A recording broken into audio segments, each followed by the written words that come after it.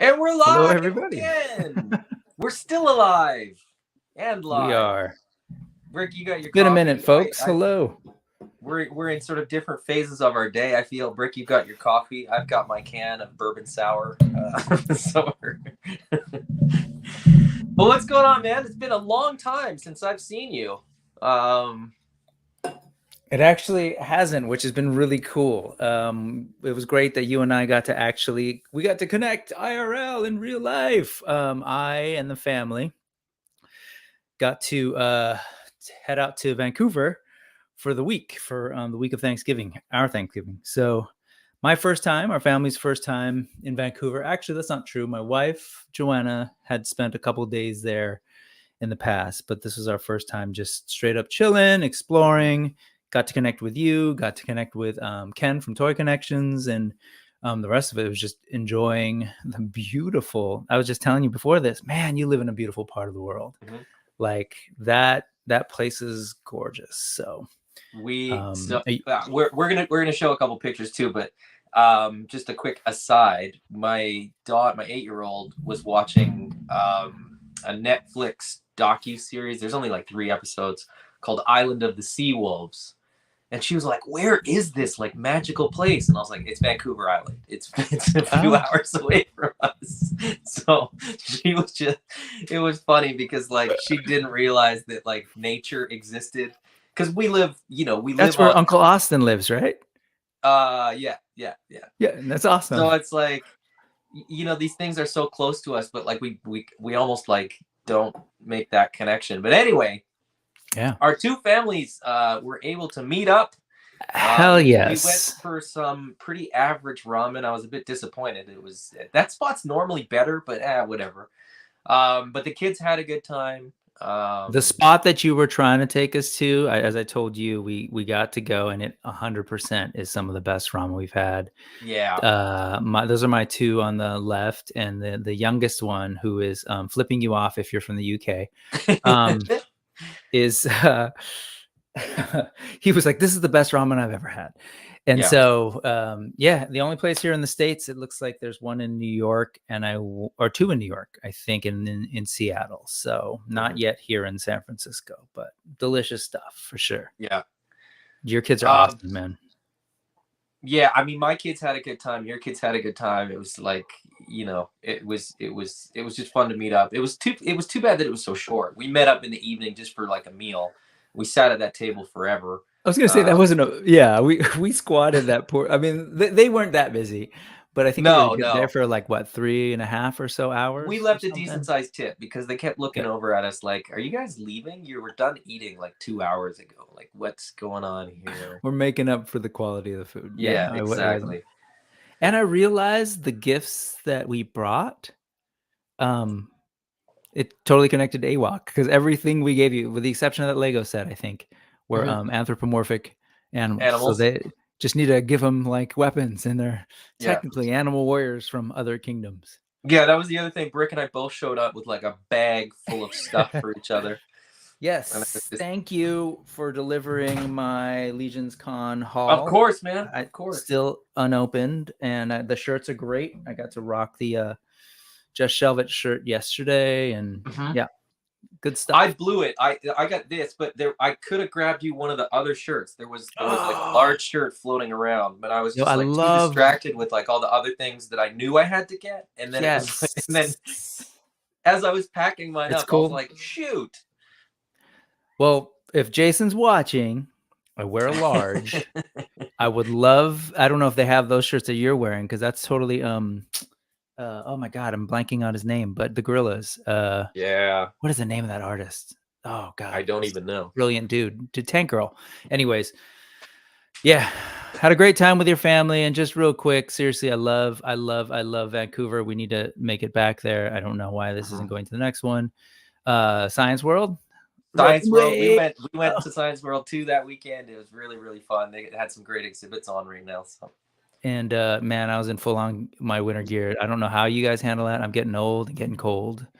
This place, Capilano Suspension Bridge. Holy, just gorgeous. And then, you know, they do the whole like holiday lights thing, and the music, this whole little cliff thing. Like this is straight up oh my god, I'm blanking. Pale and Oh, it's Chunar. It's like Chunar meets Ewok Village. Totally. Yeah. And then I didn't get a good picture of the place that's more of a walking through the trees kind of thing, but straight up Bright Tree Village, you know, I was sending you pictures. This is me fighting a sculpture. I lost, but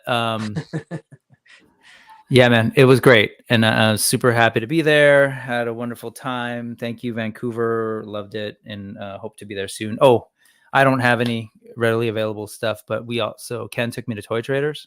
You went on your way back home, right? Yeah. We always stop. Yeah. Damn, the Dio's in there. And I was so proud of myself because I clocked something that Ken hadn't noticed. On the side, the beginning of the G.I. Joe diorama, there's like a side that's sort of more snowy. And just in the chunk on the side there, there's a little frozen Captain America trapped in ice. Oh, yeah. Awesome. That thing's there's amazing. a ton of Easter eggs. But they do tweak them. Like they do add little things here and there sometimes. I don't know, you know, how often or whatever, but there's definitely something to see every time you go. But I've never seen so many. What is it? What is is it the Mobat? The worm drives? Do you remember that vehicle, Cobra? No, it's not the Mobat. I don't know. Whatever that is. The worm is the Rocketeer looking dude, right? Rocketeer looking helmet? The brown kind helmet, of gold helmet. Yes. Brown. Yeah. I've never seen so many of those things, man. Just like in a trail. That's true of everything. So their G.I. Joe display, if you guys aren't familiar with Toy Traders, their G.I. Joe display is this full-on diorama that's like, but it's like, you know, got all these figures, and they have like 3 flags. Yeah. There's like a bunch of Defiance. There's like, you name it. There's like a multiples stack of it. Terror Drums. Like a stack of Terror Drums stacked on top of each other. Yeah. And I will say my favorite of all the like dorky, geeky little things that they did was how they did the smoke effects for the rockets and the like insulation foam. Oh, amazing. Anyways, super geeky. I did pick up, I was just like, I wanted to support, and this is something I'd looked at for a while. The exchange rate worked out for me. This is an old person's IP. If for any old people, this is how I know you're old. If you recognize Maximilian from Black Hole. So, anyway, good stuff. Good stuff, man. Yeah, it's a great. Did you hit that Lego thing in Surrey? I didn't. At the museum? No, we didn't. We didn't make the time. Just too many other things. Just walking around downtown was gorgeous. So yeah. Cheers, Canada. Yeah, like when people haven't been there, it's all fresh and new. When I'm there, it's like I gotta rush because I got a list of things that I need to do, and I know I don't have enough time because they're spread out across the city. I got a bit of a tickle in my throat, so forgive me if I sort of cough or whatever. I'll try to mute myself, but just checking in with the chat. Jeff Morris is here. Moonshine, Mel, Payne's Toy Samples. Nolan is here. Hello, Nolan. How are you? Thanos Copter. Eric Drya, watching the Bills get killed by the Eagles. Well, I mean, here's the silver lining to your day. I watched the Seahawks get absolutely trounced on Thursday. They did not look good. So I feel your pain. Ray Paz is here as well. Oz is here with us. Who else? Scrolling through. Everybody's being very cordial, saying hello to everybody else in the chat. Mr. Wonderful is here. House Hendo, which is a name I am not familiar with, but welcome. Hey, House. And Rob Zamora as well. All right, that's me caught up in the chat. I think I'll probably get behind again because we are going to get right into it. We were going to talk about the Kickstarter, you and I, and Jason was like, "What time are we doing the show? Where's the link?" So Jason's here with us as well, as is his cat. Hello. What's going on, Jason? He decided he was going to come jump up. Oh, just making cool toys.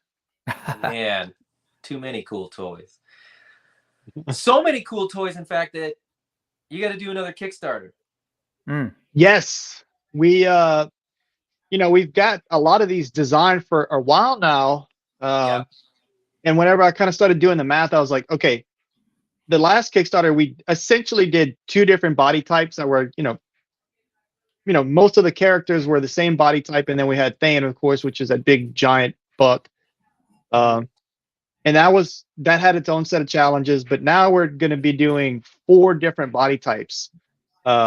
So that gives it its own set of challenges, and I thought, let's make sure that there's, that we have like a good amount of interest in each of these body types, and then we're going to break this stuff up into waves so that people don't have to wait, 2 years to get the entire thing. They'll get half of it.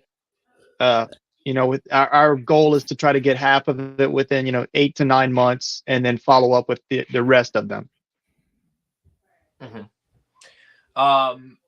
Now you and I have discussed the Kickstarter in quite some depth, and so I know a lot of things.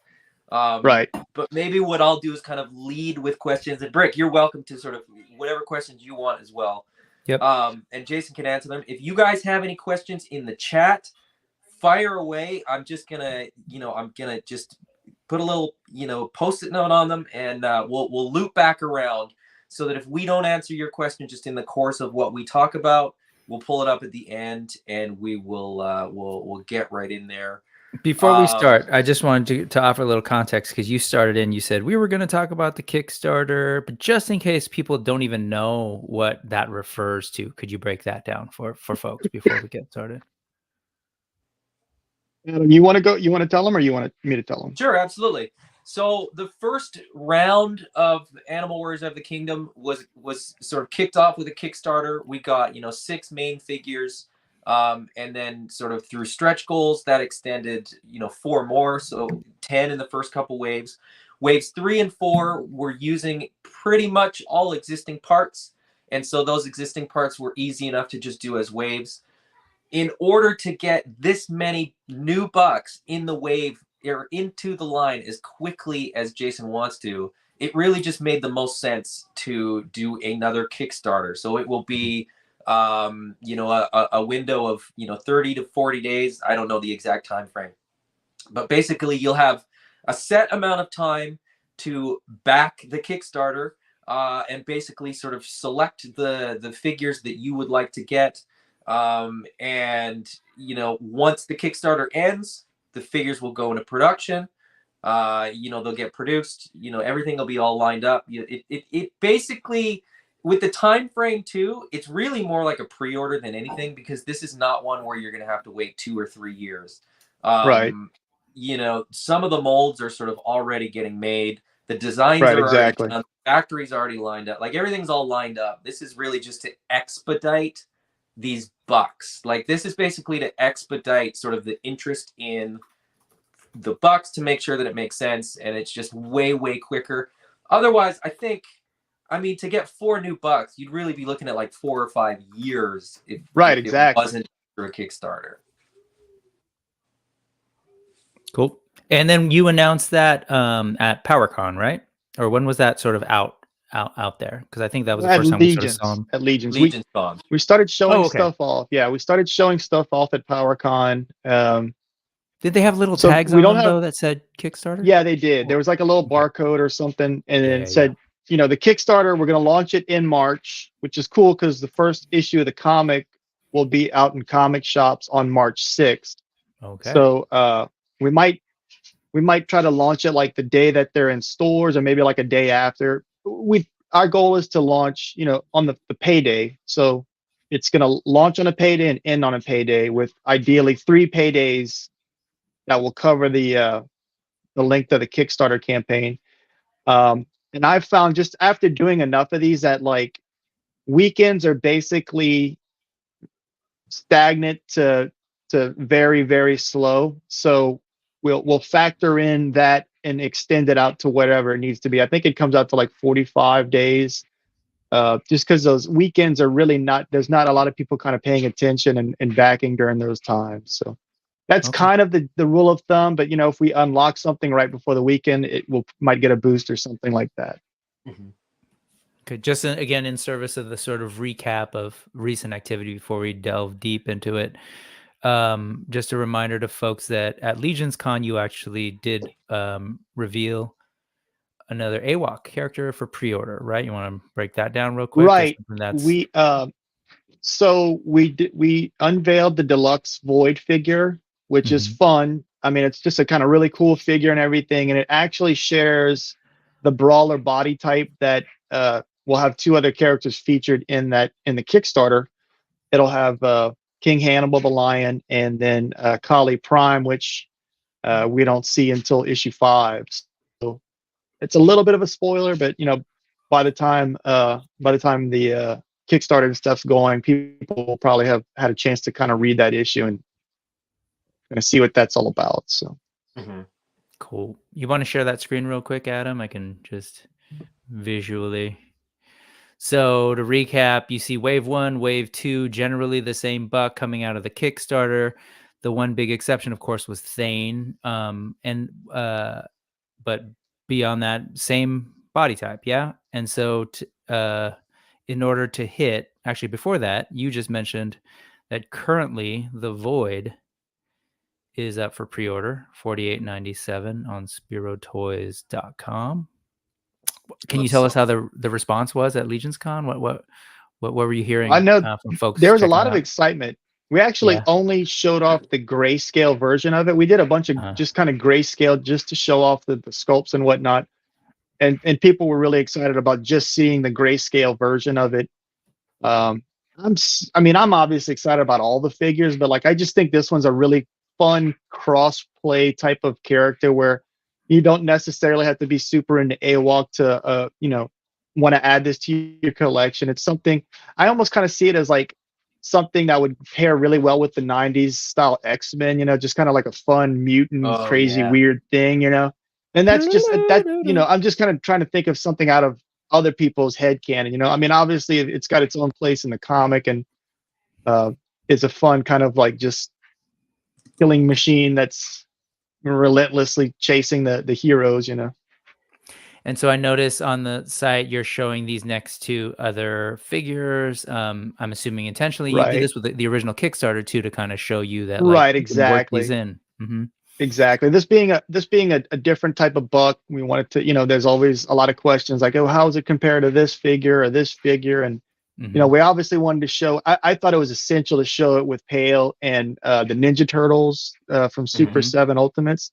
But like I said, Marvel Legends would probably pair really great with it. And then it could be a Dr. Mindbender experiment or something to that effect.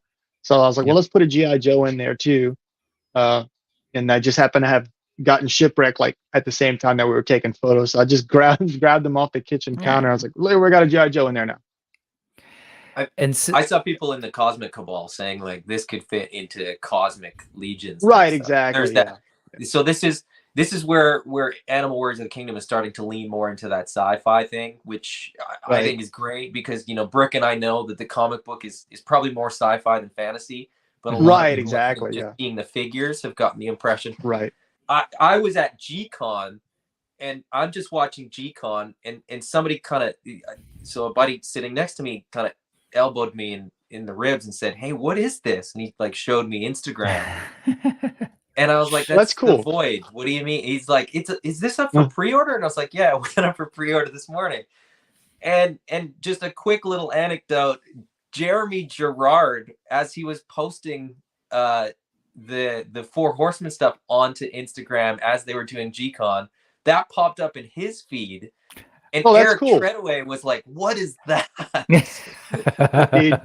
Okay, so that's hilarious because so you can't really tell, but on the back in the Sculptor Boys, they were like, I don't know, this is kind of cheesy. So on his back, it's got the Void's logo is like there's a tampo print on his shoulder. I don't think you can see it in that photo. It's got the Void logo right here, up here. Yeah, it's on the back of his armor.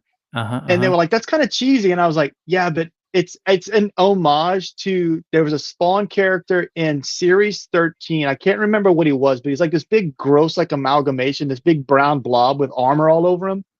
and on the back, somewhere on the back, he had like a smiley face or something like that. And like, so I was like very much kind of channeling that fun early Four Horsemen stuff, you know? That's cool. This pin, or this is for the similar pin that's on the back of the other characters. Is that what this is? Right. They're all standards. Yeah, exactly. So like, you know, if you want to, one of the things, not to like segue too hard, but one of the things we're going to do in the upcoming Kickstarter is we're going to be offering straps and weapon holders for, you know, the stuff offered in the Kickstarter, but also it'll work great with all the additional stuff, you know? Yeah. It was one of those things that it just wasn't on my radar when I was making, you know, the character designs and stuff. And whenever people started mentioning it, I was just like, that's such a good, legitimate critique. And so with the Kickstarter, I thought it would be really fun to offer that, those little lanyap. Y'all don't know what that means. It just means extra fun stuff. So yeah, we'll be offering stuff that's not necessarily specifically, it's called lanyap. Adam, have you heard that before? No. It's Cajun French, so okay. It just means a little something extra. Gotcha. But yeah, so we'll be offering all kind of little fun things like that throughout the Kickstarter. Allison knows what it means. Yeah, Allison grew up. Thank you, Allison. See? This is awesome, man. And so what about these two ports sort of on his rear end? So those ports on the back, the ports on the back of the belt will be able to hold his extra weapons. Got it. You know, what's nice is like his claw attachment. Yeah, like weapons? The claw and then the rail gun. Gotcha. So these things. Excuse me. Yeah, it's a rail gun right there. Nice. And you know, so there's a picture of it showing them laying down. Well, those will be able to bend 90 degrees. You know, they'll be able to bend 180 degrees. So like, you know, you bend it 90 degrees and it plugs into the back. Okay. Yeah. And all those little tubes and everything that he's got are going to be really nice and flexible. So it's not going to hinder the, you know, the articulation at all. Okay. And so, very like, you know, and we talked about Motu before, kind of being a thing that you're aware of, like very trap jaw, right? Yeah, exactly. Like I feel like he's our version of Trap Jaw, without the kind of comic relief element. But you know, I think it's very important for creators to. It's great to just kind of keep telling the story of Batman or He-Man or Ninja Turtles or whatever. That's great, but I also think it needs to be paired and coincide with new IPs and new stories that are inspired by stuff we love. And so I'm not afraid to let, you know, the things that I grew up with influence stories and characters that we're creating. Yeah, if you didn't do that, most of Adam's and my content wouldn't exist. If we just sit there and try and unpack all this stuff.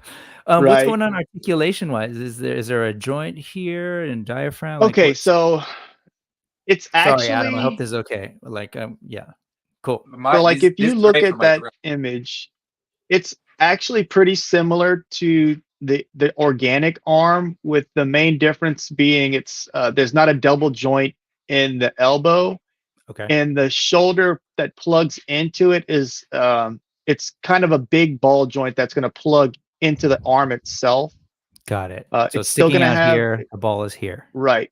Exactly. And it still has the butterfly and everything in it. So it's essentially going to be able to get the same exact amount of movement. The reason it doesn't need a double joint on that arm is because gets the same, it'll have the same amount of movement as that other arm. It doesn't have as big a bicep in the way. So Dan actually designed it. You know, he designed it off of our 2D stuff, which didn't work in every single view. So I was just like, let's pick the side view and make it work practically as best we can. And I think he really nailed it. He did. I'm looking at the render.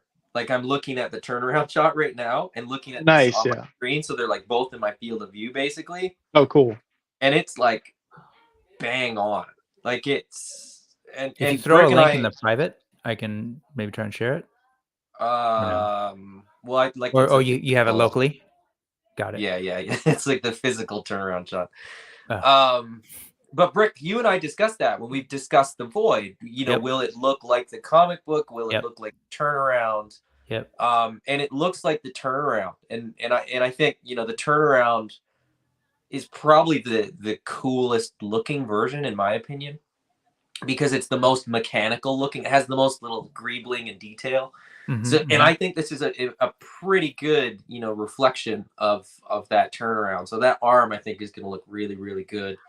Now, I think that, you know, more than anything in the line, I think maybe this arm is going to be one of those things where when people get it in hand and get a little bit of like black wash on it to pull more of that detail, it's going to look really, really good. From the armor I'm really excited for this guy. Yeah, I agree. One of the things that I decided to do with this figure, because the skin, or the fur, I should say, is quote unquote black. I think he's got that black loincloth. We did add dry brushing onto his fur, just to make sure that it feels more three-dimensional. So this will be one of the figures that does have dry brushing. I was gonna say that's got to be the first, right? Because I don't think as far as on the fur, it's not technically the first. Fur. Yeah, the fur, it is the first for the fur. So in wave 4, both Gladiator Pale and Atreyu both have dry brushing on different parts of the armor. Got it. Okay. And I'm sorry, I can't help it, but I'm looking at, there's a diaphragm cut. So this is, I guess, the back, right? So you said same movement as the others. I'm sure I'm not the first person to tell you this. It's gonna be the same exact articulation as like the Pale Buck. Yeah, and I was just gonna say I'm likely not the first person. I hope I'm not the first person to tell you this, but these are some of the. I love the articulation on these figures. These are some of my favorite figures and the way they move. Thank and I think they've kind of set a bar for a lot of the things that I collect. And so I'm happy to see that even your big bulky guys, you know, I know that Thane and Tanger, right? They're bulky, so but they still move fairly well for the size of them. It looks like these, like I was surprised how well they did wind up moving.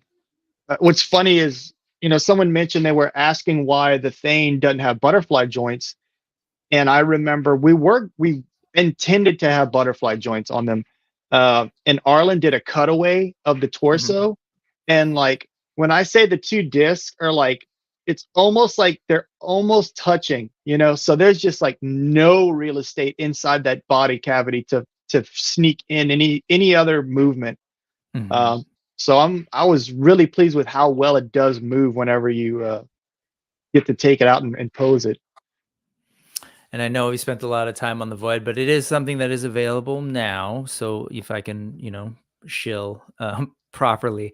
But also there's a question that I think Ray was asking, and I think it's fair to name because we've been talking about the comic. He's definitely smaller, right, than he was in the comic. Yeah. As far so exactly like as a toy producer, why don't you like just break down sort of why and the sort of thought process that goes into that decision making? So he shares the same buck as Hannibal and Kali Prime, and then some other characters that I don't want to say that will be a Kickstarter stretch goal. And so, you know, when we're making toys, we do have to kind of compromise and figure out like, okay, do we want to like use this figure just one time, or can we like try to get a bunch of use out of it? And so the buck is really based on King Hannibal's actual size, and then we modified his body to fit the Void, if that makes sense. So it was like just trying to make it so that it's something you could produce fairly quickly using existing, I guess, engineering. Right. I mean, you know, one of the things that is very important to me is expanding our parts catalog for body types. You know, we've got the Pale and the Kali and Atreyu. That's like an ideal like superhero body type. And then we got the big hulking body type that was Thane. And then, you know, I wanted to move on to my ideal would be, you know, getting the female bodies, getting the speedster bodies, which is the rabbit and the fox and other characters, getting the reptile bodies, and then the final one is the brawlers, which is what the Void is. We're gonna get a ton of use out of that buck.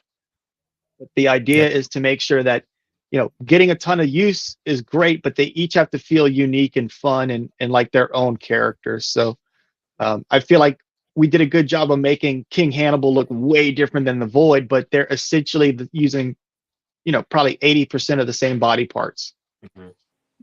So here's the Hannibal figure that you're referring to. Right, exactly. Yeah, essentially the same. And they do have butterfly. It's essentially the same exact articulation as as the pale buck. So they'll have all the same articulation.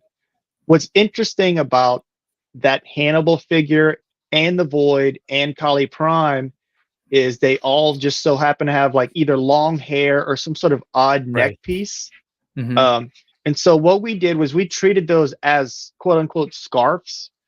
So if you look at Hannibal, his mane comes way down, and that would obviously really hinder their articulation. So what we did was we treated like the longer part of the hair as like a shawl or a scarf, just kind of sitting there statically. And that way the head can move up and down, left to right very, very easily without sacrificing that articulation or look. Got it. Okay. So, I mean, there's the thought process behind switching that up a little, scaling back from the comic. And then, I did one last question. Thank you for indulging me. Okay, so we were talking about like what characters have we seen and not seen yet, and what might we want to see. And this came up in our last talk. And I asked about this figure, and we were thinking, I think what we landed on, Adam was saying, maybe I think the Void essentially was the current iteration of this character from the older line. Yeah. That's what's going on? Yeah. Cool. So whenever I came up with this character, not a lot of people knew what Belarus was or that it was a country or anything. And then, then it kind of started getting in the news with Ukraine and stuff. And I was like, all right, it's not as kind of cheeky and fun anymore. Like people will start referencing stuff that I'm not necessarily meaning to like have associated with the AWOK or anything. And so I was like, let me just kind of rename it and re-envision it. And so this is very much of I don't want to say it's an early form of what the Void is now. And again, to properly shill, this is still available for $10.87, and there've been a lot of great customizers taking the arm off this one. Yeah, I mean and that throwing arm them on fits the pale great, buck, which is really cool. Exactly, yeah. It's super easy to do. It's that toy right there is basically like a fancy Lego. It's meant to pop apart and everything, so it'll be a little bit more difficult to take the arms off of the bigger figures. But if you know how to boil and pop or quote unquote hair dry and pop, it's relatively simple. If you don't know, you can check out Highly Articulated for that's right. video guides. All right, I'm done with the Void. If you want to move on, Adam. I'm excited to talk about the Kickstarter. Yeah, let's do it. Let's get right into it. Should we? So we talked about launch date roughly kind of March 2024, give or take. A few days, one way or the other. Should I just rattle off details that I know, and then you can kind of go in? I say go for it. All right. So so Kickstarter is going to go live March 2024, which is just around the corner. I mean, we're going to have you guys, if you're in the US, you just had Thanksgiving, then we're going to have Christmas, then we're going to have New Year's, then you're going to have Valentine's Day, and then you're going to be like, what next? And then you'll have the Kickstarter. The Kickstarter, as Jason said, is going to be broken into waves. There's effectively 2 waves, and each wave is going to have 2 of the bucks. So, now I might get this part wrong. The Brawler Buck and the Lizard Buck will be in wave A or 1. Correct. But if you say 1, then people are like, well, we already had wave 1. But wave A, Kickstarter B, I don't know. Well, that will work out. But the Brawler Buck and the Lizard Buck will be the first 2 to come up. We will get Kali Prime and Hannibal as the 2 brawlers. We will get 2 lizards. So 4 figures for basically the first wave. Then the second wave will be the female buck as well as the speedster buck. So we will get in the females, we will get Mala and Jadu, who, I mean, if you've read the comics, you probably like want them first. I know I do, but you'll have to wait a little bit longer. And then with the speedster buck, we are going to get Kanji the rabbit as well as a fox. Yes, indeed, it is a fox. And then beyond that, that's 8 figures for the Kickstarter, which is a pretty manageable Kickstarter. The pricing is going to be pretty much the same as what you've seen already. So you're looking, you know, pretty reasonable, even for an all-in if you want one of everything. Depending on funding, there may be an additional figure per buck. So the offering is going to be 8 figures. It will go up to 12. You know, if funding goals are met. So stretch goals, you know, you could get an extra brawler, you could get an extra lizard, you could get an extra female, you could get an extra speedster. There will be weapons packs as well. So each of the body types will have sort of a corresponding weapons pack that will go with it, which will effectively be a repaint, recolor, redeco of the weapons that come with those bodies. Now, there is one figure that I know that is probably going to be a stretch goal that I don't know how it fits into that format. I don't know if Jason wants to talk about the stretch goals or if that'll be sort of something you guys will have to wait and see. But we can talk about it. All in on I'm it. excited about it. Yeah, I mean, I don't know how I want to do it. I might just offer it right out the gate. It'll be included with, you know, it'll be essentially free with the all-in, but you'll also be able to add it on if you're not going to go all in. You can just add the figure on, and that'll be. We're going to do Spectral Pale, which is, you know, it's a nod to the original series, but, you know, like I said, anytime we do any kind of a variant, it needs to be in the current comic. So the second story arc, we'll work it in at some point, but you'll basically get a really cool glow-in-the-dark pale variant. And it's not going to be a Kickstarter exclusive. It'll be a conclusive. So there'll be 2 ways to get it. You can get it through the Kickstarter and like lock it in. You won't have to worry about it or stress out about it. Or we will only offer it at conventions, and we're never going to offer more than like a case at a time at a convention. So in other words, there'll be 20 at a convention until the numbers run out. So you can lock it in during the Kickstarter and, you know, breathe easy, or you can hope that we come in the area and offer, you know, that it doesn't sell out. Anytime we've done a convention, we always sell out of like rare figures. You know, we did, I think Vero sold out on the first day, and then we had a couple of Tanger, and we only offered a certain amount each day, and I think they sold out both days. So it's kind of a crapshoot if you're going to actually be able to do that. I'd much rather people do it during the Kickstarter so they're not stressing out about it, but that's how I tend to collect stuff. I like to pre-order it and have the peace of mind and not necessarily worry about competing with, you know, scalpers or whatever it is that factors into finding the figures. And I mean, to that point too, like I will just say, like, the exclusives that you've done have been exclusive to sort of cons and things like that, but almost always offered them sort of outside of the con as well. So if people are paying attention, and if they're sort of like, if there's a figure that they really want, there's always going to be an option. You know, if you can't physically get there, right, don't worry, just pay attention. Right. Yeah. Rob Zamora and a few people said Fox. Nuff said gimmies. I'm very, very, very excited for the fox as well. The fox is in sort of so fox and elephant are my 2 favorite animals. So I got one of those checked off. Time will tell, you know, whether I get to check the elephant off as well. Moonshine Mel won't stop saying Grimes, but so, you know, we are doing the fox, which is Boone. And Boone's partner is Grimes, so the chances of Grimes being a stretch goal figure for the Brawler Body Bucks, I can't confirm it or deny it, but I feel good about it. The fireworks behind. I just Yeah, I learned mean, that those two weird characters are stuff going to be happens. introduced in the second story arc. I'm sorry, I talked over you. No, no. Repeat what you said, because that's I think it's important.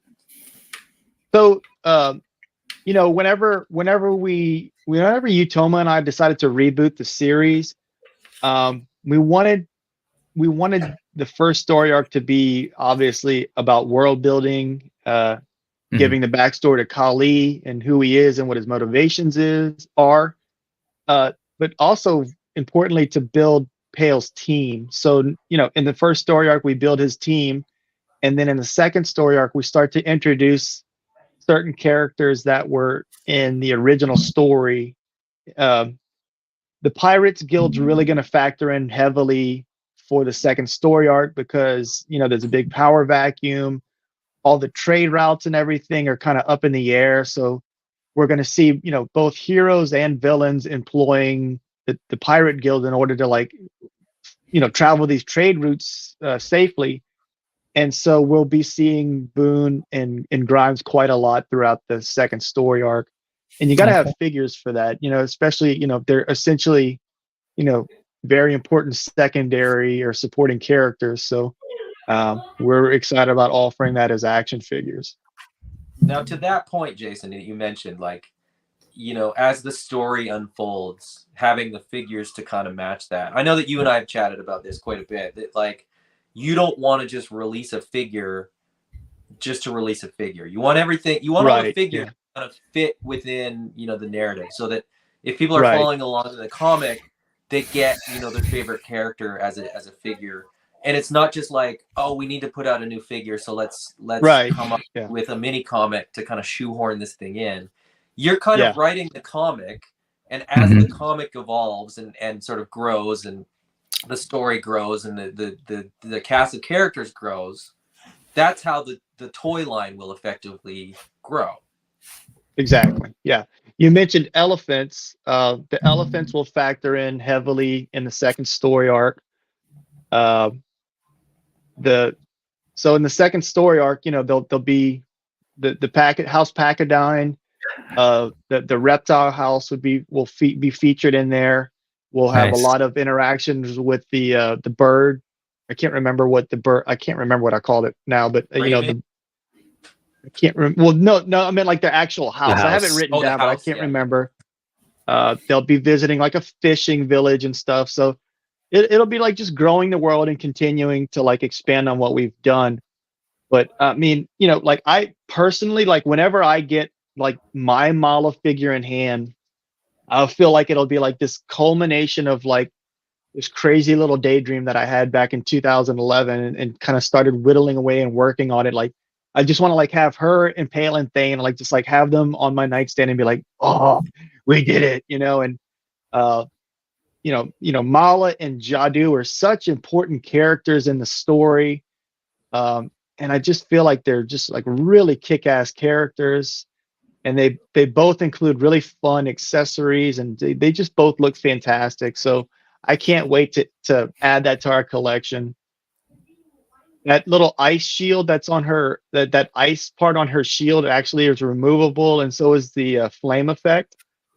So if you want to remove that stuff, you can just have like a regular sword and a regular shield, but it does show off that she's got, you know, magic abilities. Nice. So that's a shot that you sent me, Jason. So that's Mala with her accessories there. Correct. She does have a knife. I don't know if it's in there or not. Could you pinch and zoom into those? Enhance. No, I can't, because it's okay. She does come with a knife. I just can't see it because my eyes are horrible. No, yeah, and then another. It's in the Kickstarter picture, but it's not. Oh yeah. And Jadu's got a bunch of fun little things. She's got that, you know, she's got a longer kind of machete, an ice pick, which I think is hilarious, and a kind of a ballista laser pistol. And then she's got her. There's a knife that fits on her back, which is kind of like a fish fillet knife, but it just looks really mean. That's all. Yeah, right there. So got a bunch of fun stuff. You're on a Mac, right? Man, what's that? Oh, sorry, Adam. Are you on a Mac? Yes. What happens if you control and spin It's your not letting mouse? me do it on these for some reason. These Okay, are no problem. they're just attachments on Okay, an email, got which is it. the problem. Yeah. But there's What's the funny knife. is like, yeah, that stuff's not going to be included with him. I was just I those left it in accessories. there I apparently. brought it up. Yeah, These accessories yeah, are Mala's accessories. yeah, This is yeah. sort of Except like for his sword that he's holding. yeah. So what I'm hearing is that sort of like that ice effect comes right off, and there's a shield underneath, and Correct. Yeah, then there's a same silver with that shield. Yeah. little flame kind of effect thing on that sword Right. too. Yeah. Cool. Yes. Yeah. I was like really collecting a lot of the Power Ranger Lightning series at the time, and they all come Mhm. with this little light, like Yep. some sort of effect. And I was like, oh, I love that, you know? Yep. So I was like, we definitely need to do that. So if you look at her right there, both of the women are wearing leotards. So that skirt part comes off, the armor comes off, and her greaves come off, that little shoulder pad and the necklace is one thing. Nice. So if you want them like in like a bathing suit type of leotard or like, you know, like really slick looking, you know, you can take all that Think stuff off. Chitara. Right, Yeah, exactly. so I was gonna say, Exactly. so Yeah. that's like a That's a purple. great She's got a purple right. Chitara leotard underneath that. Exactly. Okay, got Yep. it. Yep. And then there's Jadu as well with that Right. great Yep. mohawk look. Oh my God, I love that So figure. I love all of them. Yeah. You know, it's like, how yeah, do I they're pick what my fantastic. favorites are? You know. So you opted to do the women in a later wave. So if I'm understanding correctly, actually, would you mind sharing the screen that's there, Adam? So you're gonna start, or the other one. Sorry, I have one sort of in the chamber. So these are you said the Kickstarter is going to break down into 2 waves, which is essentially what you did with the very first Kickstarter, right? You could order 2 waves, Right. and then you ship the first one, Correct. and then wave 2 came out. So just if folks aren't familiar, so this will be in that first wave as well as the lizard, yeah. And Correct. then Yeah. anything more? I forget if you listed more. So the lizard bodies and the brawler bodies will be wave 1. Oh, so the reason we're doing that is because Kali, that, Yeah, right, Kali, Hannibal, Grimes might be in there if it gets unlocked, which I feel like we're going to unlock it so we can say it. But the reason we're doing I the would be shocked if it lizards wasn't, and the because the minimum's no, really right? low I mean, too. come on. Have y'all seen the design for him? I can't remember if y'all saw it. I have. I have we'll not. show it off screen. We'll show it off screen. It'll be fun to like reveal it during the Kickstarter. The reason we're doing these two types of figures first is because the tooling is already in process for those. Got it. I personally want the female figures like more than the lizard figure, and more than I just like those figures a lot. Like I feel like that's like, oh my God, I need to like check that off my list, you know. But you know, production runs a certain way, so we decided to do those 2 figures first and then follow it up with the other 2. Got it. Okay, so it's this guy, Kali Prime, who we haven't seen yet. There's something out there. There should be a picture of him at PowerCon in that same little set. That's right. That's right. He was in those. One and of then the lizards. Oh, sorry. Yeah, like one of the things I'll say about Kali Prime is like, I thought it would be like hard to follow up like I call his, you know, the one that we're all used to. I call that his hot rod model. And then like this other one's like his Mr. Hyde model or his like brute model. And I just think that I was like, okay, awesome. He looks just as cool and like fun. Right. Yeah, exactly. But like he's got this really awesome shield that whenever you unplug it, if you don't want to display the shield, that arm will have like a little hole in it where that shield plugs in.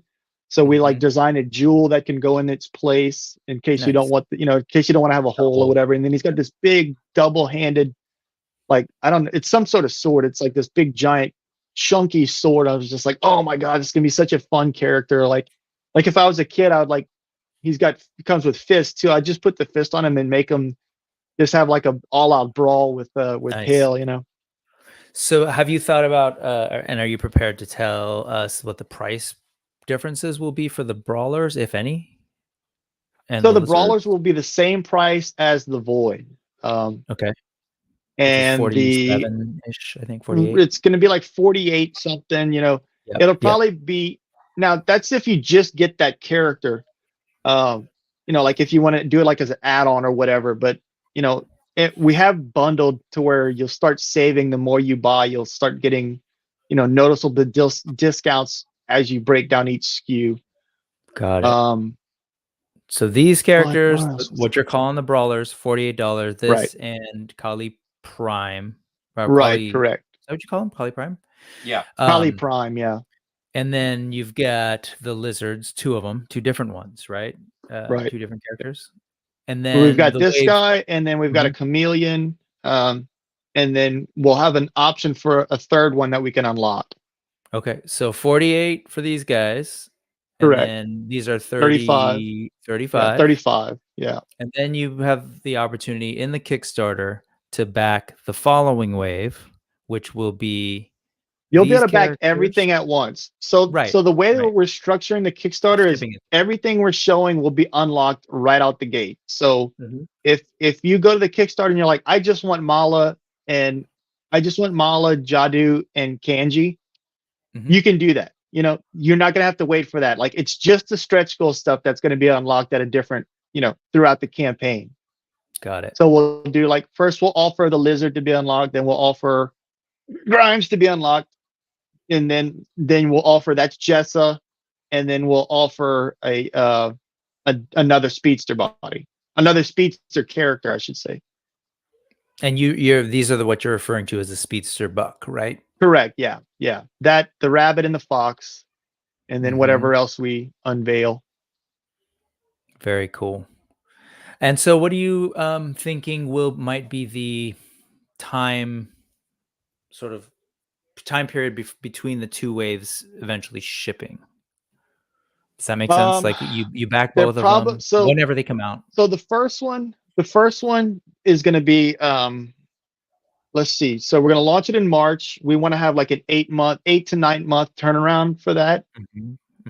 So they'll be delivered, you know, within probably the tail end of 2024, and then the second wave, where our goal is to have that delivered like right before, either right before Chinese New Year, which is 2025, or right before Christmas of 2024. I know where your head's going, Brick. Really I think. Well, but just to be clear, first off, these are goals and estimates. Anything can happen. Exactly. Let's be clear with everybody, because we know that. But so the time period between the first wave and the second one, it sounded like 3 months is the goal, or did I get that wrong? I probably said it wrong, but it's like there's probably going to be an 8 to 6 month buffer between the two waves. Got it. It was the next year. Okay, so 8 to right. No, I think you said it right. I just didn't process the year. And got it. We'll be offering different type of stuff in between the waves, so it's not like, you know, it's not like you're gonna have this huge long stretch of like no AWOK or no Spiro product. We'll be offering other products in that time, so you won't just be kind of like twiddling your thumbs waiting. We're working on some freaking awesome stuff. We just can't talk about it. To be clear, I heard you say, yeah. So on that, I heard you say we'll be offering some other Spiro stuff, just to exactly. highlight that. Okay, cool. Right. Yeah. I saw something just pop up, but I couldn't read it fast enough. It was no, a comment. Thanos was saying, so will there be sort of regular stuff in between the Kickstarter waves? And the answer is we'll be offering other items. What's so important about this Kickstarter is like building out the parts portfolio. So you know, like if we've got stuff tooled and done for wave 1, this is the Primal Series 2. So it's essentially the wave 1 of Primal Series 2. You know, we all of a sudden we've got access to like 2 brand new body types. All the armor is like interchangeable from the existing stuff. So we'll be able to put out stuff in between those other waves, you know. A lot of the buffer from between waves is tooling stuff and vetting that tooling. As the toys get more complicated, the tooling gets more complicated. So like one of the things that made us miss our delivery date for wave 1 of our first Kickstarter was really dialing in the butterfly joints. It was like they were either too tight or they were too loose. And so like, you know, I think it cost us like a month or something to that effect. I think let's see, we were supposed to have them in November, and we got them at the beginning of February. So it was just, in China it cost them a month, but then you also have to add 48 days on top of that from for them to ship by the boat. So it's just interesting how all that stuff affects it. Well, and Chinese then, New Year was in that mix too, right? So that was part of it. Is like exactly, for a yeah. month, I forgot to China factor shuts in. down. Right. So if it's not on the boat before Chinese New Year, it's sitting in a factory for 4 to 6 weeks. Exactly. Yeah. So they get off for 2 weeks, but they have a week before those 2 weeks to travel, the actual 2 weeks, and then a week after to get back to the city that they're working in. So all that stuff really factors in. It's a lot to kind of like keep in your head. So we try to have little milestone Excel sheets and stuff, but yeah. Hey, Adam, there's one more screen just because we've thrown the name around and I don't know how familiar people are, but you heard him say he'll show us off screen the picture of what Grimes might look like. So that's to come. I'm going to interrupt. I've seen the turnaround shot for Grimes. I didn't know if he was going to mention Grimes or not. It looks fantastic. It looks so good. It's such a departure from this. And Grimes, this is like, this figure looks cool. And if we got this figure, I'd be like, oh, cool, I'll definitely buy that. When you see the design for the Primal Series version of this, if you like this one, you're going to lose your shit over the new one. I just want to make sure people knew because the same goes for Boone the Fox. Awesome, because we heard I feel like both of those characters will fit in with Cosmic Legions. They're so good. Oh, and I just want to make sure people knew what we were talking about. So it's a sheepdog. It's a gigantic sheepdog. This is the original design from the smaller line, but what you're hearing now is the enthusiasm for what the new version is going to look like. So I can't wait. That sounds awesome. Oh man, that's all. Man, the sheepdog. Adam, show them after the show. Are so good. They're so good. Sweet. I'm a visual person. I want folks to feel enticed and excited and sort of know what's coming. And it sounds like there's a lot of great things coming. The reality is it's going to be a Kickstarter, which is, I've heard, lots of people have their theories about, but it totally makes sense to me for, toy makers of your size and with the sort of ambition of what you're trying to do with different body parts, etc. And I know, I don't know, Adam and I have talked about this before on different streams and episodes of things. This is, I think, the market sort of adjusting to kind of new ways of doing things. And I think it's a great way for independent, like smaller, toy creators like yourself. I know people have real strong opinions about a Hasbro doing it or a Mattel doing it, but it's just funny because between when you did yours, the first one, and now how many different new toy lines have we seen? And they're not like unrelated, totally separate things, in that like so many of us are buying the same things because there's kind of there's definitely a scale connection, right? Between Odious, between Street Humans, which didn't quite make it. Now there's there's Armies of Ashmore that work in there, right? So there's like all these things that kind of have come up. So I mean, they had Savage Crucible went crazy. Their Kickstarter was huge. Cyberzoic was huge. I really like that the legendary line. I think it's so cool. Like I feel like if I was a kid, I'd definitely be playing with those with my AWOK figures. So just a quick aside, I remember collecting the Pursuit of Cobra G.I. Joe line, and I had this weird moment where like I was collecting G.I. Joe for a while, and like they had this. I remember there was like a distinct jump. It was like a Spirit Iron Knife, and like the detail like jumped up so much that I like my adult self was like having trouble like working it into my collection, and I had to I was like, okay, you're being too adult about fun toy stuff. So like I had to I was like, let it go. Like it's okay to like mix and match stuff that's fun, Yeah. And after I did that, I started having so much more fun collecting. You know, it's like my Super 7 stuff that's like really cartoony, like that, like I mentioned the Ninja Turtle Ultimates earlier. Like on my toy shelf, it's like I have them, some AWOK stuff, some, you know, some Motu classic stuff, Thundercat Ultimate stuff, and you know, all on the same shelf, and they're all fun and they all look good together.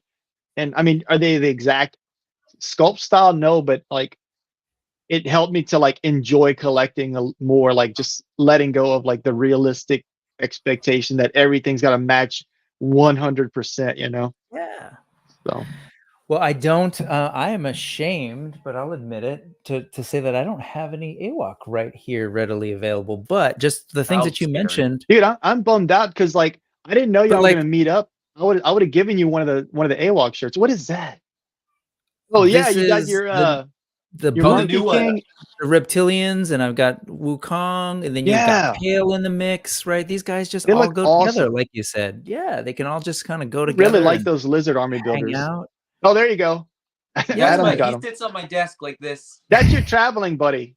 Yeah. No, this one's not my traveling buddy. Pale that's on the shelf is my traveling buddy. Oh, okay. But it's just the way this is my wise old ape. That's gorgeous. Who sits. Nice. I like him. He's very zen. He's literally zen. Yes. This is every time I'm replying to AWOK customer service emails, I can look at this guy is it. and be like, oh my gosh. Yeah, you like just look at him and you're like, yeah. Yeah, maybe like a pencil that you're like biting. They all work. No, they all work together, and you know, when I think about all the different Kickstarters that have gone on, they all can work together. My big old Dino Armies of Ashmore are going to be chilling with Pale, and I'm so excited about those. Those are so cool. Yeah, which I think is why it's important. Or I was just going to say, which is why I think it's important to do what we're doing and kind of like give people a heads up, because that's what a lot of the stuff. I don't know if you caught that in the chat. People are like, just tell me what the damage is so I can plan for my wallet and all that. And so, I mean, honestly, the all in's like really nice. I think it's like $300 for the all in. I can't remember exactly what it is, but like that was our goal. It was like $300 to $299 or something like that. That doesn't include the shipping, but you know, that's what the base point is. And like I said, you're going to get like that free spectral Pale and little weapon add-ons and stuff like that. But one of the things we like kind of took away from like dealing with so many international orders during the Kickstarter and like doing stuff in 2 waves is we realized that like we need to utilize a fulfillment company for the Kickstarter stuff. So, you know, wave 1 and wave 2 will be done through a fulfillment company. Okay. They're way more, they have the infrastructure already built out to do it.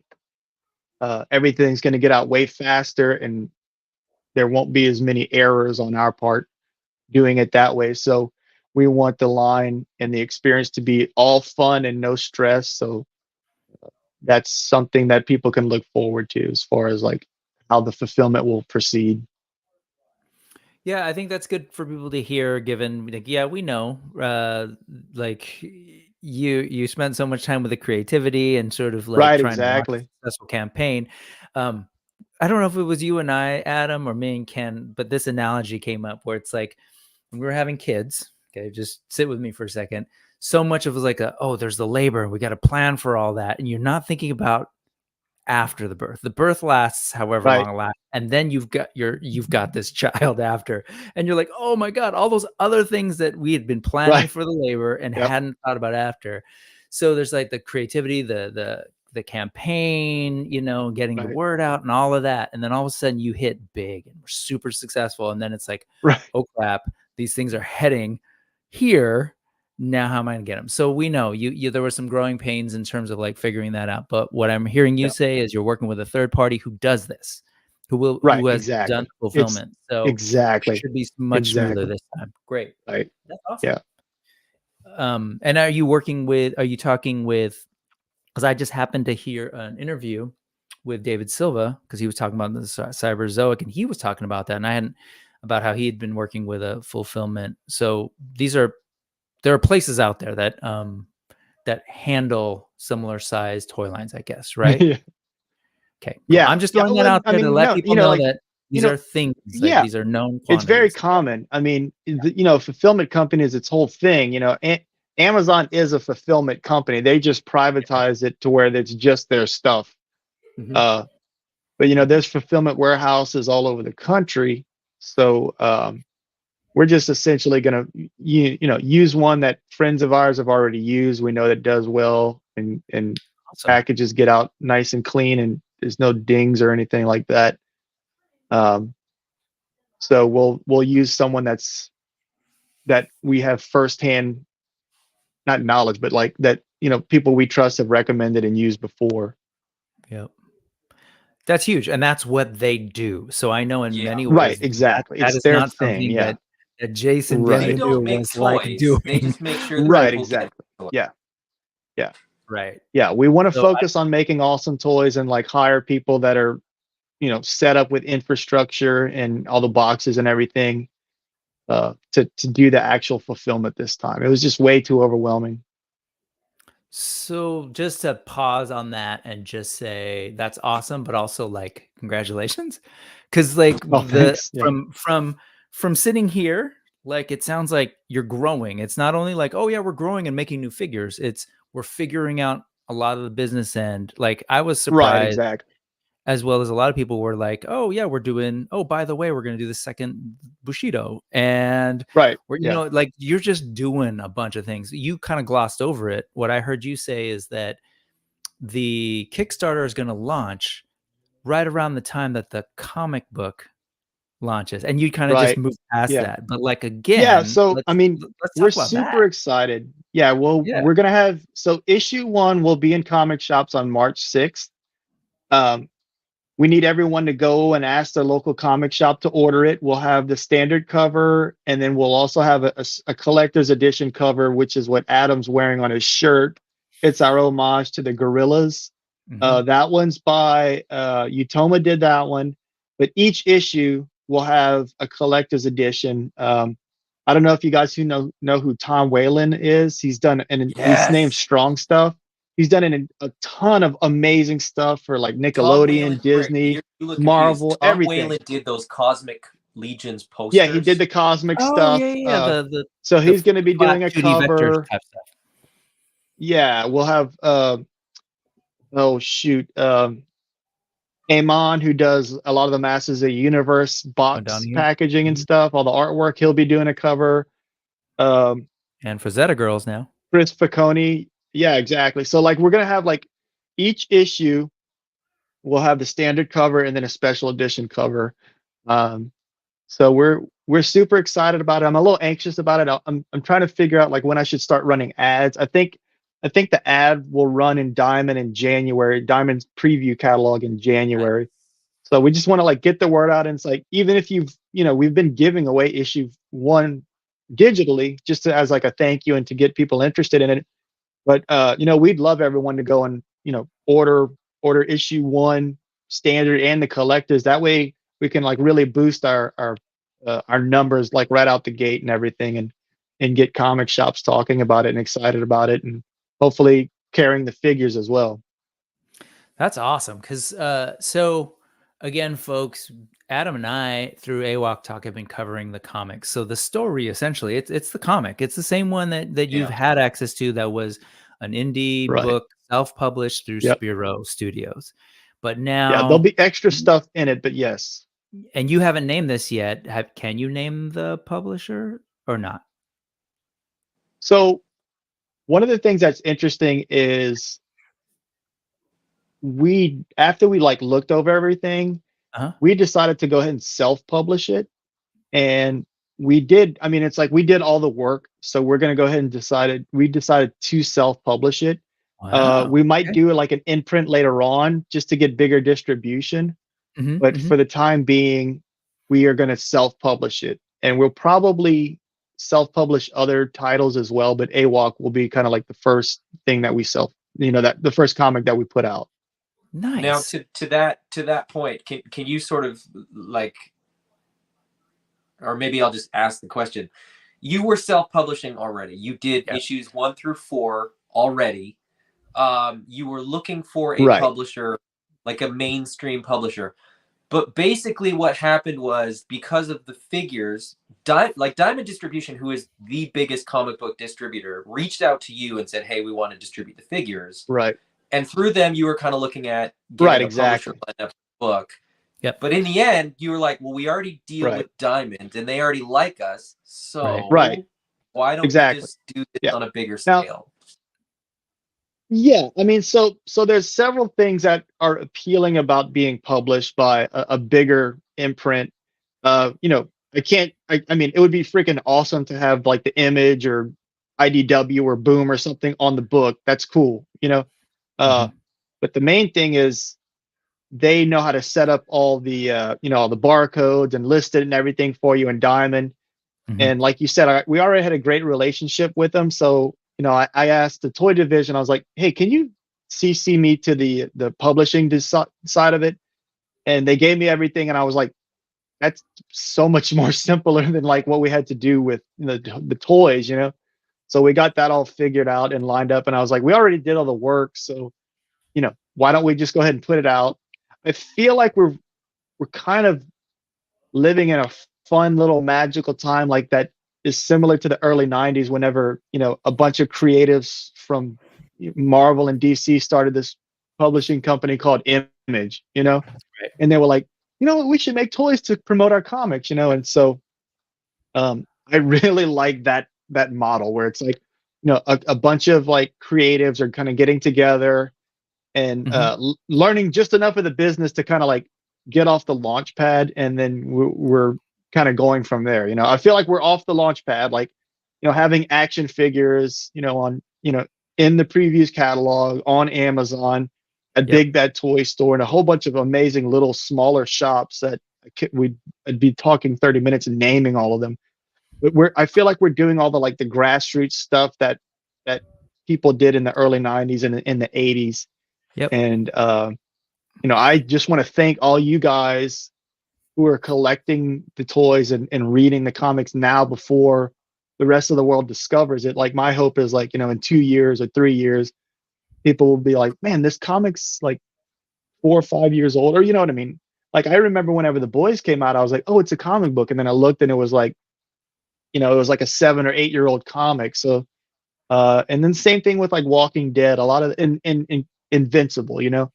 So, it's just exciting to like be like building this like grassroots community. And, you know, like I said, like a couple of years from now, people will be like, whoa, what's this brand new thing that just came out? And we're like, actually, it's been out for a little while, you know?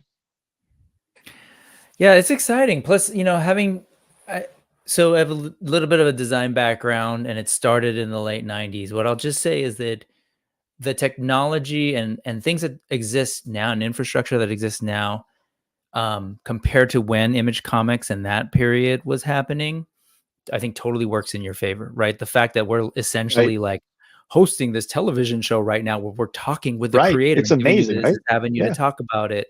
You've got these cons set up and people can go to your website, look at all those toys. The fact that your the first 4 issues have been out, right? I think the biggest piece though is the distribution for physical media, and the fact that you're working with Diamond, I think it's a good position to be in. Not to say that a big publishing company wouldn't be helpful, right? But distribution is probably like that's gold, right? So I mean, it's one of those things where it's like, great, man. Exciting. I am busy, like busy, and like whenever I kind of stop, I'll like look around and be like, holy crap, we did that. That's crazy. You know, like I remember like being like a 12-year-old, like looking through the previews catalog and like looking at all these like Japanese models at the back of the book. Like they would like have these really high-end Terminator or like Guyver or, you know, Gundam stuff. And I was just like, and I look at the comics section, I'm like, man, I want to do that one day. And it's like, as a kid, you just kind of like, you're like, that's not going to happen. It'd just be a fun idea. And then like, I'm like looking at previews with our stuff, and then I'm like, holy crap, that happened. That's wild, you know? So I kind of like to live very much like still as a fan. But also, you know, like I have to know about the behind the scenes stuff, and it's been really fun to like enjoy both ends of it. Yeah. Again, it stands what I said. Congratulations, because you know, Thank you're you. growing. You've got the fulfillment piece sort of figured out for the way the figures coming up, and you've got like you're a self-publisher with product that's going to be distributed to comic shops by Diamond. So to go back to what you said, you're going to need some help with folks talking to the local comic shops and the buyers saying, hey, check this thing out. This is because I don't, you know, for us who've been watching these streams called AWOK Talk and Monkey Business, it's like, yeah, we know AWOK. It is, yeah, it's a known quantity. Right. For the vast majority Right. of comic book buying people and Right. toy buying people that are mainly looking at toys and Target and Walmart, it is still a brand new thing Right. that they need access Exactly. to. So Yeah. I mean, need that groundswell, right? we are doing we've been doing a show a month since June of 2023. We've been doing either a show a month or 2 shows a month. This month we did 2 shows, which was exhausting. They were like back to back. We're going to be in LA we're going to be in LA this coming weekend. That's and LA we've got we've got a bunch of stuff planned for 2024. And I cannot tell you how satisfying it is when people come up to the booth that know about AWOK, but haven't bought it, and they see it in person and they go, oh my God, this looks so much better in person. Like, and I'm like, yeah, like the photos are amazing, but it's like, until you see it in person, and like, it's one of those things where like a lot of times you'll pick up an action figure, and if it's over articulated, it's like it's almost like this weird thing, but like they're so toyetic and like so easy to pose. It's like, I'm not that great at posing, but it's like I'll pose it a little bit and I'm like, holy crap, that looks cool. And it's like the joy that people have when they pick up one of the monkey figures and like easily make it stand on one foot. They're just like, oh my God, that's so cool. You know, they've got those kind of big feet that let them balance really well. But we might offer figure stands. They're already designed. We might wind up offering those in the next Kickstarter as well. And depending on how much people like them, we'll just start packing them in. We'll see how it goes, you know. Okay. But yeah, so we're just doing a lot of brand building right now. We're just trying to get the word out. You know, it's difficult to, like you said, to like compete with stuff that's at Target and Walmart and on the toy shelves that are like multi-generational IPs that like, you know, it's like Coca-Cola. Like people think of Batman and Spider-Man and Superman. It's like, that's like Coca-Cola. Like everyone knows what it is. It's just in the pop culture mythos or you know, it's just one of those things, you know. So we have to work on building and letting people know about the brand. Well, that was too quick. I couldn't read it. Well, just that, like, it's what folks have, what I was saying earlier in terms of like the articulation on these things are amazing, and when people get them in hand, it's not just you mentioned, oh, they look so much better. It's the looks is the one thing, it's the way they move. So Bill, from Dark Lair, like, I 100% agree with what he's saying right here. So, oh, thanks, man. And Thanos says the same thing. Holding it in hand, super satisfying. It's like, it's in so many ways. Like Brick and I have talked about this. Jason, you and I have talked about this. Like, these are the action figures that we've always wanted in terms of like the look, the articulation, the size. Like, just everything about them is just so much fun, and just like it's hard. Like you can nitpick. But it's like, of course, nothing's perfect. You know, when you nitpick, it's like, oh, this figure is a 97% perfect figure. Right. It's like, it's not like, to me, that's perfect. Like 90% is perfect. And that's the thing is, it's like, you know, I think because we're like 25 years into the internet now, and like it's very easy for us to get like I don't want to say jaded, be like cynical and stuff. And it's like, that is such a killer of joy. You know, like there's legit things that we can work on, like not having something to hold all the weapons. To me, that's such a great critique where I'm like, okay, cool, that's a great idea. But you know, like a lot of times I find that whenever like someone does a review and they like zoom up to the eye where it's like 150%, like you're like, you can never do that in real life. You don't put a magnifying glass, and I'm like, okay, you're missing the point here, you know. Like if it looks bad to the naked eye, then that makes sense. But it's like, if you like zoom the camera in, it's like you you're getting away from like what this is meant to be. This is meant to be like enjoyed in person and like not held with a magnifying glass, you know. The weapon And storage even one, then, like, I will say that our eyes are like really great looking, even when they're zoomed in. yeah, I agree. But the weapon storage, like, to me, that's one of those things where like I really just appreciate Exactly. when figures have Yeah. weapon storage. It's not the end of the world, but like Dude, like, Pale, I could put Pale's swords on his back, and that's like, right. Yeah. And you know, that's, yeah. even if he can't hold everything that he comes with, at least he Right. can carry a couple things, which I think is great. Right. Yeah. And we want to do that. We've gone an hour and 20 minutes. We haven't brought up any questions.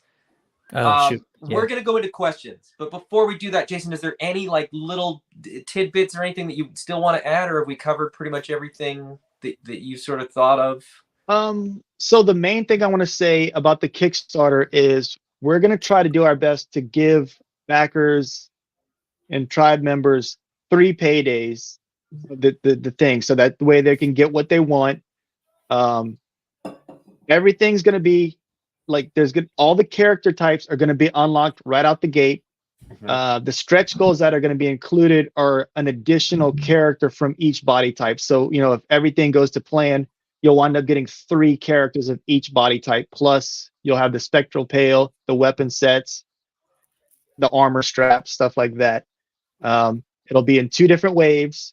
So, if you're ordering add-ons from wave B or wave 2, there'll be like a slight shipping charge or whatever that is for that. So that's stuff to kind of keep in mind.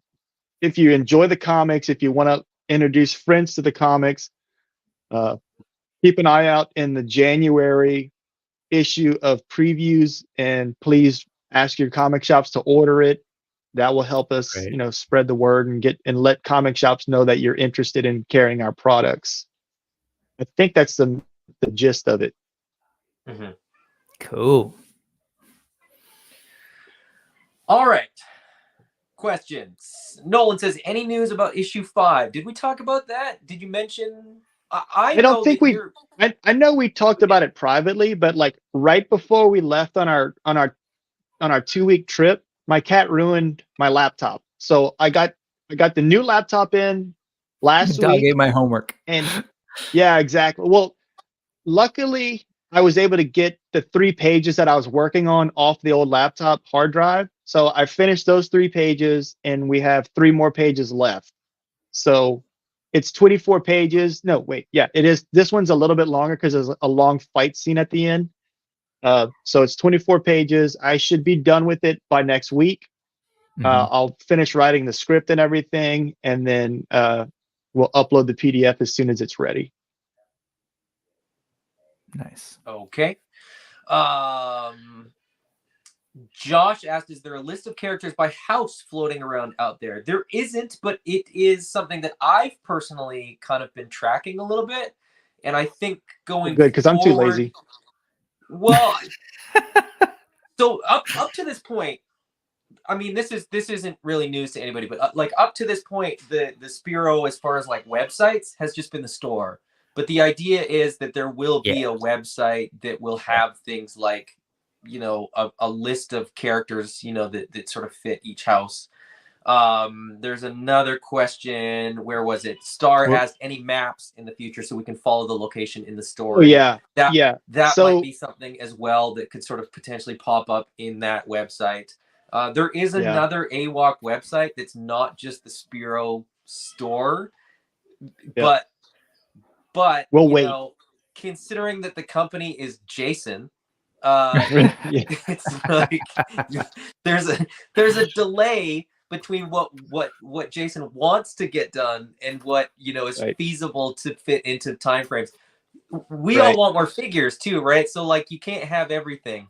It's like we could get the map, we could get the list of characters, and then the figures would be like 2026, which I don't think anybody really wants. So it's like all in due time is sort of the answer to that, I think. Real quick on the website, I want to be clear that I did respond to Josh MC's thing, comment about the place where like the different houses are, and it's something I like have a personal interest in making happen. So let's talk, because I think it's going to help, especially before the comic book comes out, to give people a little bit of that one place to go and be able to look at the lore and all that kind of stuff. I'm thinking, again, Four Horsemen, how they have, you know, the lore there and the factions. I think it's a great idea. Like, let's talk about I that. love let's it. see if we can make that happen. The Source Horseman is definitely a sort of like an aspiring sort of, like, that's the aspiration is to have, you know, the mythic checklist, but in this case it'd be sort of the AWOK checklist, as well as like the faction breakdowns, as well as, you know, little tidbits of lore, sort of outside the comic and all that kind of stuff. So it's definitely it's been discussed is the short answer. I mean, the other short answer, like I said, is it's just time and man hours. That kind of thing is truly just an endeavor of time. It's funny you say that, because, dude, Adam, whenever I don't think you've met Nick Dubes, but he's in town, and like whenever we were like doing fulfillment for Wave 2, he was like, dude, I can't believe how small the company is. Like, it seems like online, it seems like it's huge. Like, there's a bunch of all. And I was like, nope. But he was just like, dude, what the hell? How are you doing this? You know? And I was like, I'm not. I need help. Yeah. Lee asks, any smaller scale figures coming, mice or squirrel types? And they actually followed that up and said, will there be any birds? The answer to both of those was kind of answered. Like, basically, you know, as the story dictates, you know, different size bucks and different size figures and things should be incorporated. The birds, you know, the turnarounds are there for the birds. You know, Brick and I both know, we've seen some of the pages, you know, there will be smaller characters coming soon. So I think it only stands to reason that's just, you know, a when, not an if. Mm-hmm. Josh also asked, does the pre-order charge when it closes or when it's ready for delivery? I don't know if he means the void, but I mean, the void is prepay. The Kickstarter will be like whatever you back on the day that the Kickstarter ends is when it will charge. But then I presume, and Jason, you know, feel free to correct me, I presume there will be a backer kit too. No. So I believe that Kickstarter is now offering its own version of backer kit, but like, you know, right now, like, Adam's looked through like the Kickstarter, and we do have like backer kit listed on it. So we're either going to do backer kit or we will do the actual fulfillment software that Kickstarter's got. I haven't decided yet. I want to look into it a little bit more, but it'll be some sort of thing like that where, like, you know, when we send out the surveys, people can add on and stuff, and then once that's done, it'll stay open as a pre-order site, so that way people can enjoy, you know, the discounts that a Kickstarter is associated with. So Lucinner asks, will it be the same factory producing the next waves? The quality on this line is A+. Yes, absolutely. So, you know, like you said, I do appreciate that. Our factory is fantastic. Our project manager is fantastic. He's got such a wealth of knowledge. Whenever people ask me about like, oh, what plastic is this and all that, and I'm like, I don't know. You know, it's like varying degrees of like PVC and AVS. And it's like, but the percentages and stuff, like, I don't know how that works. Like, I understand that there's a certain percentage of AVS to make something a little bit more flexible and whatnot. But like, as far as that goes, I'm like, that's Dave's department. He's a master sculptor and understands all that stuff so well that it's like, you know, it's a no-brainer to continue working with them. Plus, we're friends and everything, so. Thanos wants to know, and this is not the first time this has been asked, but I mean, for the sake of, you know, we've got you, so we'll ask. Love all the stuff and hate to be the guy that asks for more. But could we see more expressive head packs? No, I think that's a great, it's not a critique. It's just like, oh, hey, that's good. So, you know, whenever we did the first Kickstarter, we essentially just did repaints of different heads. I really like the idea of offering more expressive faces and stuff as a head pack as opposed to just a repaint. Um, if you look at the lizard, the first one, Corvus, he almost like doesn't need an additional head, but it's not to say that we won't do it. Like his mouth opens and closes, so like you can actually get a good bit of expression out of him. But if we offered another head, it would be, you know, just a totally different kind of character. So that way it's not just like an angry face. You know what I mean? So yeah, I think that's a really cool idea. It's something that really pairs well with Kickstarter type stuff too, you know, like stretch goal Right. type things. But I've heard it multiple times and I think it's a cool idea. Nice. How's Hendo? So how many waves could these new bucks support, potentially speaking?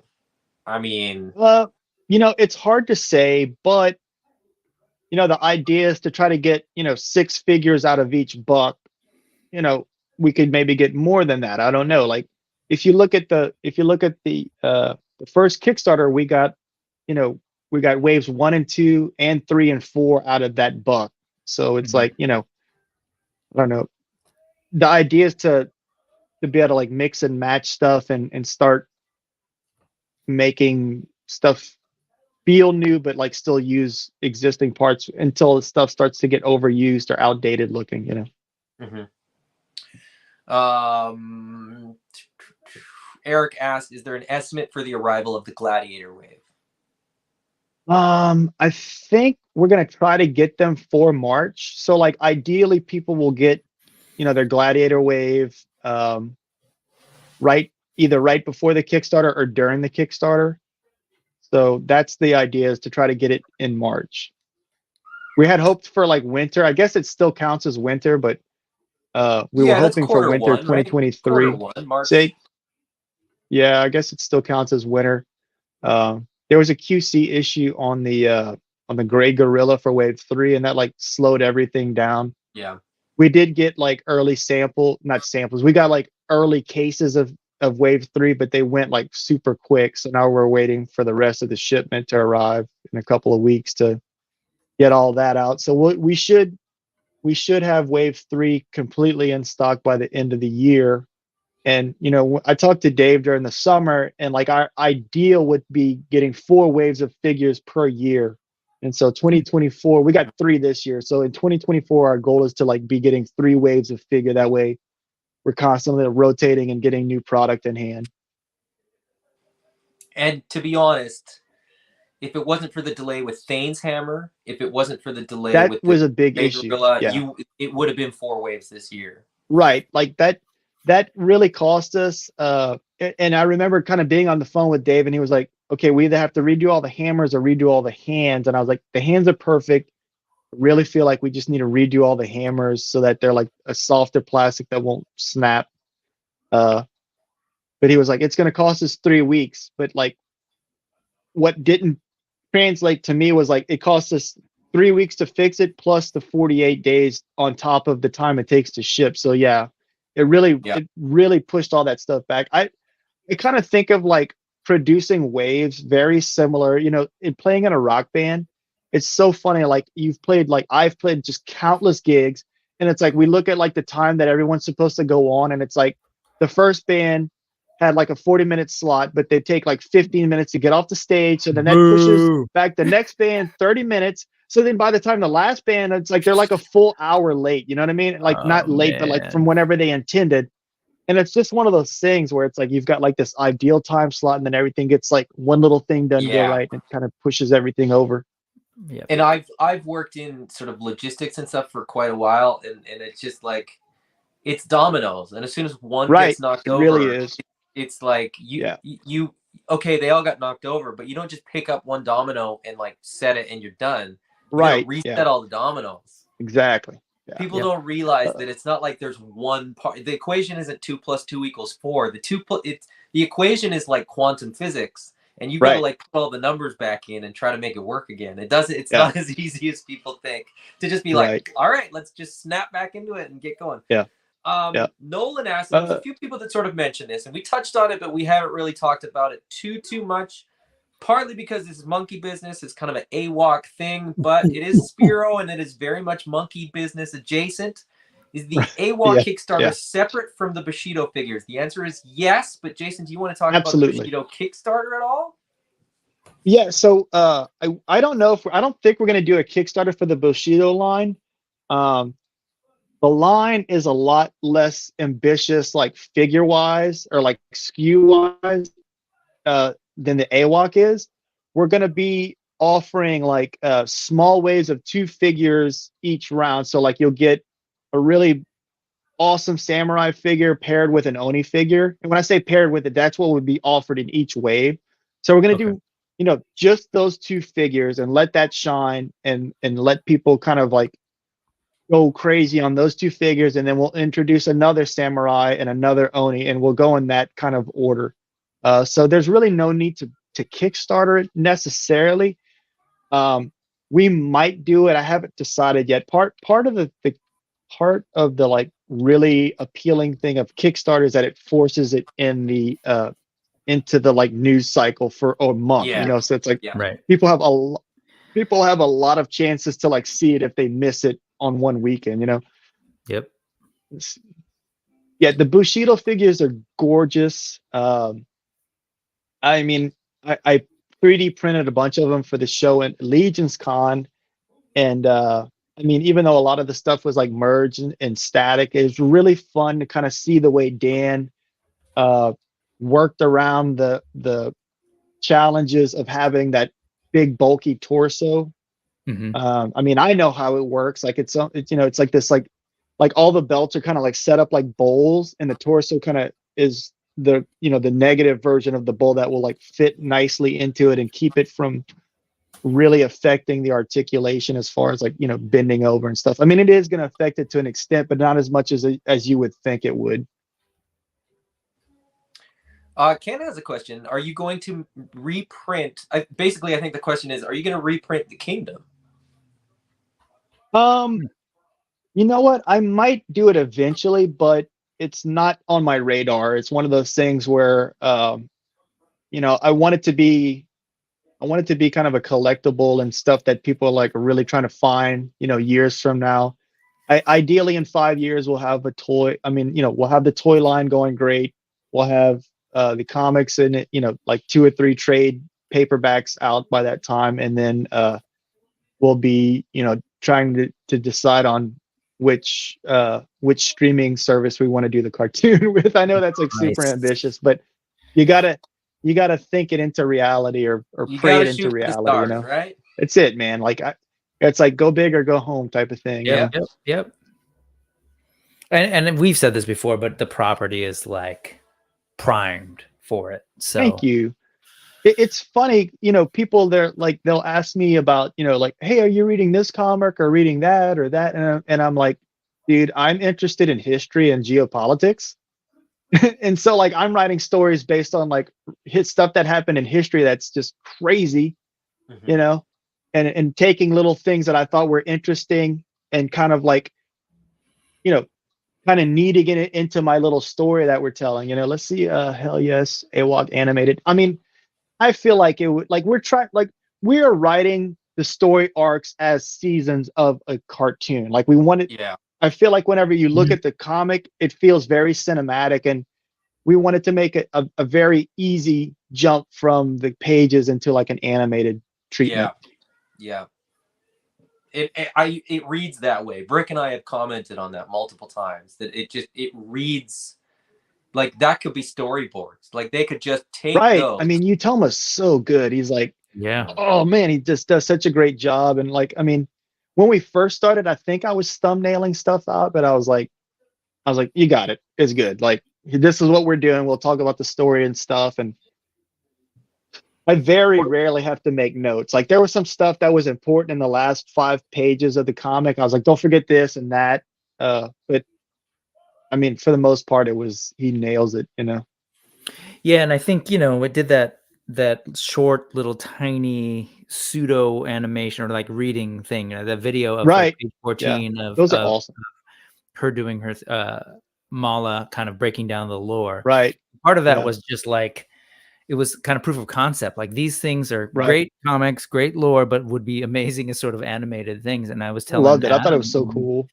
yeah, like I showed it to my kids to kind of get their impression, and they were genuinely upset that it ended. And they're like, "Where's the rest of the Yeah. cartoon?" I was like, Right. Yeah. "Sorry, Yeah. I not love a it. That's cartoon." That's But I was awesome. like, That's I so was like, cool. yes, mission accomplished, because Right. it's ready, man. It really is ready for the art, so, or for an animation. Thanos Copter asks, on the story, do you have the ending mapped out? And I will say this. This is going to be the last question that we're going to ask Jason, because we're going to wrap it up, because Brick has to go and do his show. I have put Brick's channel in the chat there, so open another window and just pop over there when we're done here. He's going to jump over on there and do his weekly show. Yep. I don't want the story to have a mapped out ending. I want the story arcs to have a mapped out ending. Yes. But I don't you know what I mean? Like I want you to know that there's like 2 or 3 5-issue story arcs, but I never want to hear, well, that's it. That's all the story we've got. Yeah, it's funny you say that, because like we have 3 story arcs mapped out. And we've got, whenever we write a story arc, we've got like the beginning and like certain important things that happen each issue mapped out, and the conclusion of that story arc mapped out. And then unless it's like a joke, like we have just like a roadmap, like there's like, I will write down jokes so that I don't forget like how to tell it in the punchlines and stuff. And but besides that, we pretty much leave it very loose. We do it like the Jack Kirby, or the Jack Kirby and Stan Lee way, where it's like we've got like this a roadmap, and we won't let being too strict get in the way of like letting the story go where it needs to go. Whew. Right? Yeah, man, it was great. It's seriously great having you today again. Thank you. Oh, it was my pleasure. Well, I do want to say, like, issue 5 is fantastic. It's a really great, like, kind of like wrap up for the first story arc. And then the very beginning of issue 6 is really fun. It's another kind of like, what the hell's going on? Like, like the middle of issue 1, where you're like, that's not what I thought it was going to be. That's very much the beginning of issue 6. So I'm excited for people to enjoy issue 5 and then get into issue 6 and be like, what the hell's going on? What am I reading? Did I buy the wrong comic? So it'll be fun. Well, I can't wait for issue 5. I can't wait for issue 6, because like you said, the pirates, we're going to get more pirates, and the pirates are finally get to see Lexion in action. Jason, it's been an absolute pleasure to have you jump on and hang out with us and talk about the Kickstarter. Oh, thanks for having me. I can't wait for people to see the Kickstarter, sort of see the figures, see the stretch goals, see all that kind of stuff, and see how surprisingly reasonable it is as a Kickstarter. Yeah, like you said, for like $300 or whatever for the all-in, pending. Don't quote me on that, but anyways, it's been a pleasure. Brick, you're going live in like what, 40 minutes or so. So like I said, I put the link in the chat there. Jump over and watch Brick's news, the needless ephemera we saw, which is it kind of more of this, right? You're going to talk about indie toy lines. You're going to talk about cool stuff. We're going to talk about art. We're going to, so today's with Lucha Johnny from GTFO and Dice Thespian. So he's got like a gaming background. I always kind of try and tailor it a little bit to what the co-host is going. So we're going to look at some tabletop stuff, including some cool Kickstarter things related to gaming, as well as some other fun fantasy stuff, some art. So yeah, all of that. You named it. Needless Ephemera we saw, aka it's BS News, which is perfect for what we do. Lots of BSing. So come through. And actually on that note, Jason, can you remind people, especially if you have folks in LA, you've got a big show coming up this weekend, LA Comic-Con, right? Do you know what table? Yeah, we'll be hanging out with Savage Crucible at the LA Comic-Con. We will be at booth with several booths. It's 2143 to 2145. Okay. It's a big island booth, like right in the main area. So if you're within driving distance, we would love you guys to come by and tell us hi and buy some cool toys that might be harder to find on the website. Yeah. Okay. I was hoping to go down there, but I've got a work training on that Saturday. But It's a long drive, man. That's like 3 hours, right? oh no, like six, but that's not bad. Oh my That's goodness, nothing. yeah. But you're only doing LA Comic Con. You're not doing Designer Con, which is like 2 weeks correct. out, correct? Okay, Yeah, got it. we're doing Comic LA, Con, so yeah. go check it out. Perfect. You can talk to people maybe about the comics and do all Exactly. that kind of thing. Yeah. I'll try and send some. And you wear a friends large, who are- right? I wear a large. Yes. So Okay, cool. Awesome. All right, cool deal. All right. Y'all have a great week coming up, and hopefully we'll see some people at LA Comic Con next Friday. good stuff. It's been a pleasure, everybody. Thank you guys all for joining us as usual. We will be back with a pre-recorded episode on Christmas Eve because neither Brick nor I wants to do this live on Christmas Eve. We got bicycles to build. Yeah, we got stuff to do. So it's so we're still gonna have it sort of in the regular time slot, but we'll just do a pre-recorded one. It'll just be Brick and I just shooting the shit and having some fun. We'll kind of, you know what we should do, Brick, is like a year in review. We've had 1 year of the figures. Sure. We've had more or less 1 year of the comics. Cool idea. We'll do a year in the review. I'll be live in the chat. Brick probably will too. So join us for that on December 24th. But until then, bye for now. Bye. Have a great week, folks. Thank you, Jason. Thank y'all for having me. I had a great time. I hope my internet held up.